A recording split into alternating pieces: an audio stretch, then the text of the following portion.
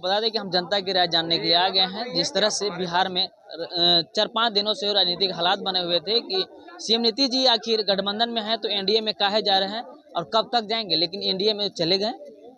वो 9वीं बार मुख्यमंत्री बन गए हैं।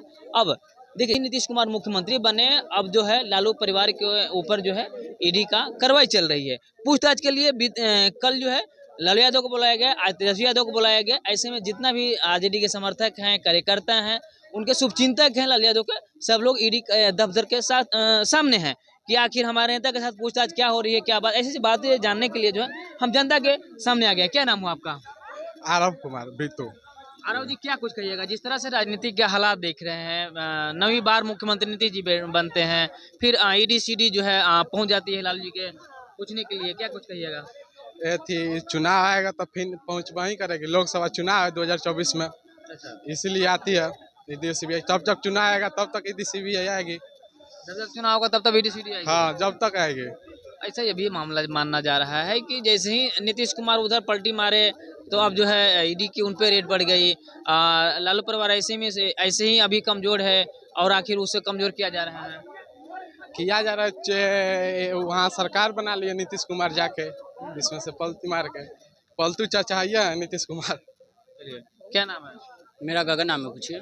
क्या कहिएगा गगन जी, जिस तरह से 4-5 दिनों के बाद राजनीतिक परिवर्तन हुआ, नीतीश जी फिर से 9वीं बार मुख्यमंत्री बने, बोले हैं कि नए अवतार में आएंगे, आपकी क्या राय है? ये जो बोले नए अवतार, ये बिल्कुल ठीक बोले हैं। और नीतीश जी जो भी करते हैं वो बिहार की जनता के लिए ही करते हैं। और वो देख रहे हैं कि विकास सभी जगह हो रहा है, सब कुछ आ रहा है। तो नीतीश जी भाजपा ज्वाइन करके बहुत ही अच्छा काम किया और हम उनकी तो प्रशंसा करते हैं। नीतीश जी की हम प्रशंसा करते हैं कि वो सही समय पे जो है कि वो भाजपा को ज्वाइन कर लिए हैं। पिछली बार जब गए थे गठबंधन में तो कहते थे कि हमको दबाव देते थे, उन लोग काम नहीं करने देते थे। हाँ जी, तो सही बोलते हैं, वो दबाव देते हैं। वो लोग लालू जी के जो है, तेजस्वी जो है, ये लोग काम करते हैं। दबाव देते थे, बीजेपी को बोले थे वो नीतीश जी, आरजेडी को कहाँ बोले थे? जब आरजेडी में गए थे तब बोले थे बीजेपी वाले को।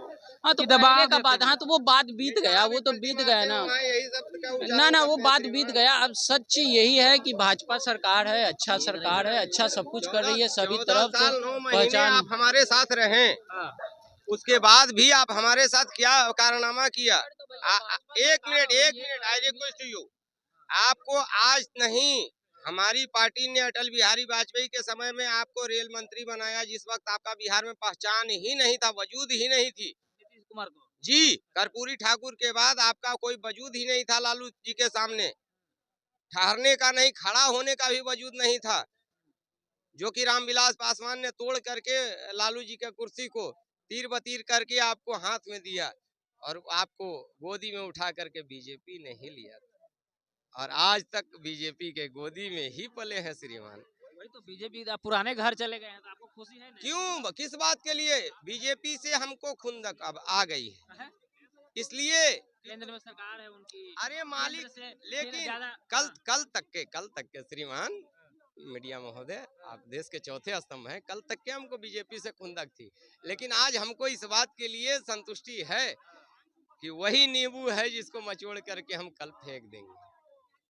हाँ, पक्का 24 के इलेक्शन आने से पहले अगर इनको हम नहीं। ये भी बोले हैं कि इस बार 9वीं बार मुख्यमंत्री बने, हम नए अवतार में दिखेंगे तो क्या कुछ? हाँ, ये 11वीं बार नहीं ले पाएंगे, 9वीं बार ही इनका लास्ट हो जाएगी। 10वीं बार नहीं होगा। जीव को एक ही बार कबाड़ के 9वीं बार। 25 में फिर मुख्यमंत्री वाला चुनाव है तो? कहाँ 25 में आप कहाँ फेर में है? 25 के फेर में भी कहाँ है सर? हम आपसे एक ही बात पूछते हैं, काट की हांडी कितनी बार चढ़ेगी? बहुत साइलेंट मोड में हम आपको, मैडम से भी हम बार रिक्वेस्ट कर रहे हैं, थोड़ा साइलेंट मोडिंग को लीजिए। साइलेंट मोडिंग को लीजिएगा, आपका टीआरपी मिलेगी और लोग समझने वाले आपको देखेंगे। भैया जी, क्या कुछ कहिएगा आप? नहीं, हम नए अवतार में नीतीश जी दिखाई दे रहे हैं। कहीं नहीं। 2020 में बोले थे कि इस बार बिहार की जनता हमें सपोर्ट करे, अंतिम मेरा समय है मुख्यमंत्री का। नीतीश कुमार जी को सिर्फ अपने कुर्सी से प्यार है बस, और कुछ नहीं। जहां उनको गद्दी मिला बस वहीं पलटी मार रहे हो बस। देखिए नीतीश चाचा तो पलटू चाचा तो मार लेते हैं पलटी। ये नहीं सोचते हैं कि युवा का क्या होगा। अगर कुछ के फॉर्म डाला रहता है, जिनका सरकार आता है वो बोलते हैं कि हमको कुछ नहीं पता है, ठीक ना। अगर उसको पूरा इसी में कह देते हैं कि इस वैकेंसी को कैंसिल कर दिया जाए और फिर नया वैकेंसी लाए, युवा कब तक ठगाते रहेगा।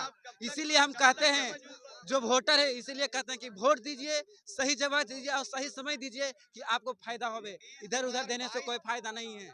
जितना गिरगिट्टी रंग नहीं बदलेगा उससे ज्यादा बेवकूफ का नाम 22 जनवरी बदलेगा। के नतीजा देखने के बाद नीतीश कुमार घबरा गए सर, और उसके बाद इनको ऐसा लगा ना कि हमारे पास कोई वजूद ही नहीं बचा है। बीजेपी के नेता बोल रहे हैं कि राम जी का प्राण प्रतिष्ठा हुई 22 जनवरी को, नहीं ठीक है। तो राम जी सत बुद्धि दिए हैं, तो नीतीश जी बीजेपी में अब ज्वाइन हो गए। तो ये सद्बुद्धि उस टाइम कहाँ गई थी जब अमित शाह जब बिहार के धरती पे आते हैं, जब चिल्ला चिल्ला के बोलते हैं सुन लो ललन सिंह, सुन लो अमित शाह, तुम्हारे सुन लो नीतीश कुमार, बिहार की हिंदुस्तान बीजेपी के सारे रास्ते बंद हो चुके हैं। उस टाइम सद्बुद्धि बीजेपी की कहाँ गई थी, उस टाइम कहाँ गई थी। ठीक है, ये कहने का मतलब है ये सरकार जो है कहीं ना कहीं 2024 के लिए इनको लाना चाहती थी, और बीजेपी की कहीं ना कहीं बहुत बड़ी गुटफिल हो रही है। वो कहीं ना कहीं जश्न मना रहे हैं कि इनको तोड़ मरोड़ के किसी भी क्या कहते हैं उसको किसी भी तरह से लिया है इनको तोड़ के। ये 2024 के बाद जैसे लेमू में रस मचोड़ा जाता है ना, वैसे नीतीश कुमार को मचोड़ के फेंक दिया जाएगा। एक बीजेपी की तरफ से कहा जा रहा है कि जेडीयू के दूत आए थे मेरे पास, दूत समझ रहे ना, रुकिए, दूत आए थे मेरे पास, नीतीश जी बुलाओ, कह रहे थे कि बीजेपी में हम शामिल होना चाहते हैं। चलिए ठीक है, बीजेपी की तरफ से बात आई। जेडीयू के नेता बोल रहे हैं कि बीजेपी की तरफ से हम लोग को प्रस्ताव आ गया कि आप आ जाइए मेरे साथ। आप इसे कैसे देखते हैं, मतलब दोनों को बीच बीच में है, बात को समझ गए नहीं। देखिए नीतीश कुमार जहाँ तक कहते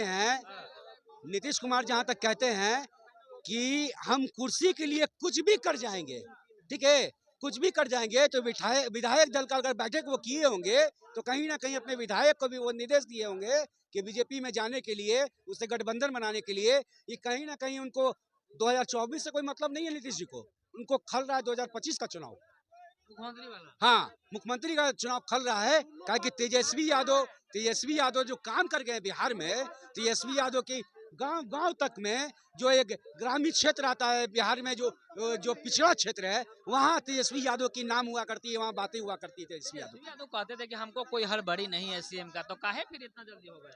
उनको अभी भी हड़बड़ी नहीं है सीएम का, अभी भी हड़बड़ी नहीं है, लेकिन हम जैसे फिर क्यों उनको चिंता सता गई 25 में? ये नीतीश जी को सता रही है।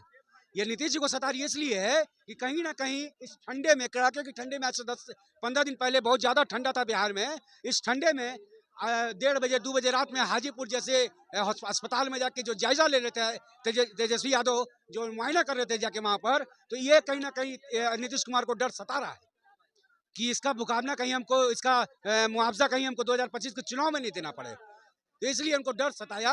इसलिए कहीं न कहीं नीतीश जी को लगा कि तेजस्वी जो मेरा भतीजा है, ये लग रहा है कि हमसे कहीं ज्यादा मतलब सीएम का चेहरा जो इस जनता मान ली है, इसलिए 25 में शायद हमको दरकिनार कर देगा। बिल्कुल यही बात है, एकदम।